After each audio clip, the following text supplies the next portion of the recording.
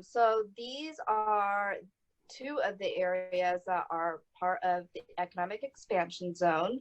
They're Miller Ranch, which is 15 acres total, and it's south of Lehman. It is slightly disturbed by traffic that's been part of the school. I do want to mention, though, it already has a previously approved development plan. So should they want to grade, they would follow our normal standard process and submit a grading plan, and they would be fine. For Oracle, though, along Oracle, there are two other sites near Linda Vista Boulevard in Calle Concordia. The north site with the star is undisturbed and has 8 acres that could be pre-graded. I do want to mention here, though, that they would be subject to the Oracle Road Scenic Corridor standards. And per those standards, within 100 feet of the Oracle Road right-of-way, if there's significant vegetation, that cannot be removed. It must be preserved in place. So they have a much larger buffer for development in general, but even for pre-grading.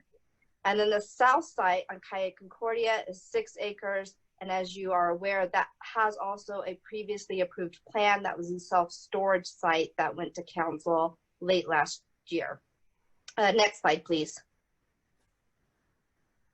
So to move us along, the Foothills Business Park is along Oracle Road. There's 32 acres total, and that also includes that north site where there's already development.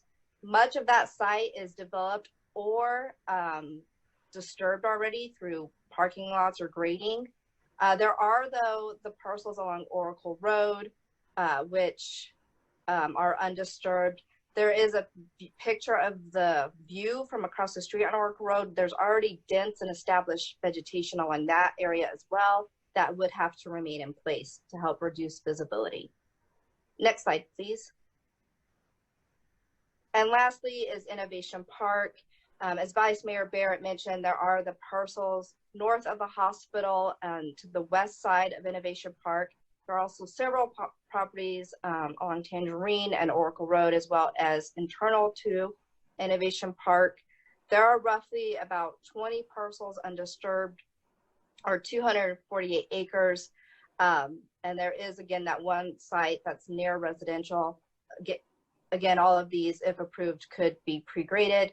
They would, though, have to still, with those along Oracle, maintain the buffer for Oracle as well as Tangerine, and the one with the yellow star would have to maintain that 50-foot distance, from residential. And all these properties that are along roadways, even Innovation Drive, would have to maintain at least a 40-foot buffer along the roadway.